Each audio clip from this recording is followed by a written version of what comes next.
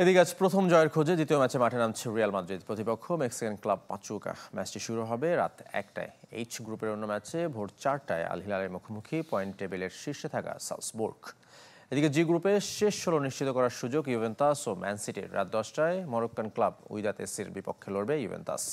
আর সোমবার ভোর 7টায় আরব আমিরাতের প্রতিনিধি আল আইনের প্রতিপক্ষ ম্যান সিটি।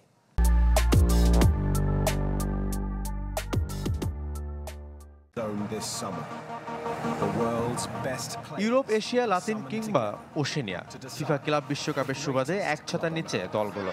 কেউ যেন কাউকে ছাড় দিতে চায় না। একে অপরকে চ্যালেঞ্জ জানাতে প্রস্তুত ক্লাবগুলো। প্রথম ম্যাচে আল হিলালের সাথে ড্র করে অনেকটা ব্যাকফুটে রিয়াল মাদ্রিদ। সঙ্গে পাচুকার বিপক্ষে বড় চিন্তা কিলিয়ান এমবাপ্পের অসুস্থতা।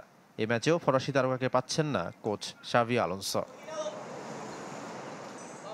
দলের সাথে অনুশীলন করেননি এমবাপ্পে। টিম হোটেলে ডিফেন্ডার দানি কারভালের সাথে করেছেন রিকভারি সেশন।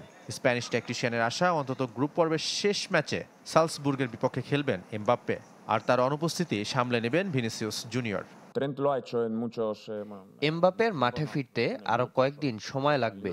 তাকে সালসবুর্গের বিপক্ষে পাবার আশা করছি। আমার মনে হয় ভিনি ভালো করছে। তাকে ফর্মে ফিরিয়ে আনার প্রয়োজন নেই। যেটা প্রয়োজন সেটা সিদ্ধান্ত নিতে সাহায্য করা।